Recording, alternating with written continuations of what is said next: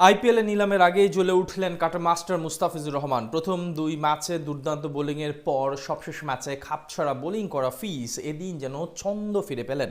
Table টপারদের বিপক্ষে দারুণ বোলিংয়ে নজর কাড়লেন বাংলার এই পেসার। সেই সাথে আইপিএলের নিলামের আগে জানান দিলেন শর্টার ফরম্যাটে রাজ করতে কতটা প্রস্তুত আছেন ফিজ। আইএল টি20তে মুস্তাফিজের বোলিং জাদুর বাকি গল্পটা জানবো প্রতিবেদনে। ডেথ ওভারের কিং মুস্তাফিজুর রহমান, অবিশ্বাস্য বোলিং তার। শেষ 12 বলে খরচ করেন মাত্র 9 রান।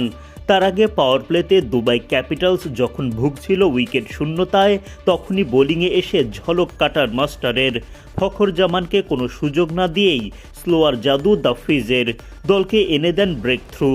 নিলামের আগে আইপিএলের ফ্র্যাঞ্চাইজিগুলোর যখন কড়া নজর সবার দিকে, মুস্তাফিজ তখন হেসে খেললে উইকেট তুললেন পাকিস্তানি ব্যাটারের। রবিবার আইএল টি20তে মুস্তাফিজুর রহমানের দুবাই ক্যাপিটালস মুখোমুখি হয় ডেজার্ট ভাইপার্সের। আগে ব্যাটিংয়ে নেমে 20 ওভারে দুবাই করে 166 রান। বোলিংয়ে নেমে 4 ওভার পর্যন্ত উইকেট শূন্য থাকে দুবাই। তখন ডাক পড়ে মুস্তাফিজুর রহমানের। বোলিংয়ে এসে দলকে সাফল্য এনে দেন কাটার মাস্টার। স্লোয়ার অফ কাটারে মুস্তাফিজ কাবু করেন ফখর জামানকে। উইকেটের পেছনে ক্যাচ দিয়ে বিদায় নেন ফখর। দুবাই পায় প্রথম উইকেটের দেখা। সতীর্থরা বাহবা দেন মুস্তাফিজকে। উইকেট শিকারের প্রথম ওভারে দ্য ফিজ খরচ করেন 11 রান।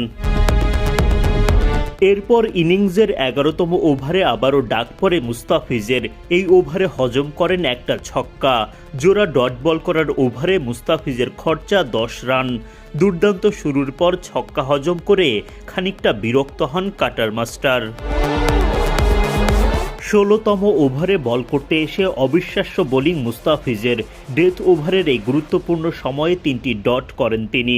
মুস্তাফিজের ব্যক্তিগত 3 নম্বর ওভারে খরচা মাত্র 4 রান। ব্যাটাররা রীতিমতো চোখে সর্ষে ফুল দেখেন। ইনিংসের 18তম ওভারে নিজের শেষ ওভার করতে আসেন মুস্তাফিজ। সেখানেও দুর্দান্ত বোলিং তার। 2টো ডট সহ খরচ করেন মাত্র 5 রান।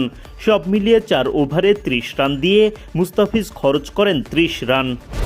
ভালোই নাম কামিয়ে ফেলেছেন মুস্তাফিজুর রহমান। তে আজ টানা চতুর্থ ম্যাচও দুবাই ক্যাপিটালসের একাদশে জায়গা পান বামহাতি এই টাইগার পেসার। এদিন শক্তিশালী ডেজার্ট ভাইপার্সের বিপক্ষে টস হেরে আগে ব্যাট করতে নামে তার দল। আজ লিউজ দি প্লয়ের সাথে ওপেন করতে আসেন গতরাতে 99 রানের ইনিংস খেলা শায়ান জাহাঙ্গীর। তবে তেমন সুবিধা করতে পারেননি এই ব্যাটার। তৃতীয় ওভারে নাসিম শাহর শিকার বনে 7 বলে 7 রান করে সাজঘরে ফিরেন তিনি। ওয়ান ডাউনে নামা আফগান অলরাউন্ডার গোলবাদিন নাইবকে সাথে নিয়ে কিছুটা চালিয়ে খেলার চেষ্টা করেন লিউজ দি প্লয়। পাওয়ার প্লেতে কেবল 35 রান তোলে দুবাই ক্যাপিটালস। রানের গতি বাড়াতে হাত খুলে খেলতে গিয়ে 20 বলে 21 রান করে বিদায় নেন গোলবাদিন নাইব।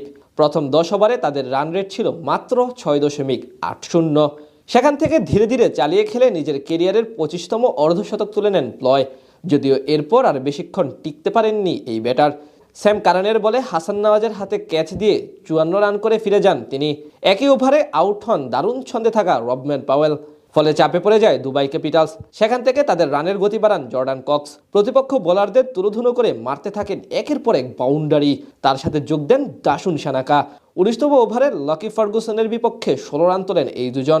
শেষ পর্যন্ত জর্ডান কক্সের 30 বলে 49 এবং সানাকার 18 বলে 29 রানে ভর করে 166 রানের লড়াকু পুঁজি পায় ফিজ।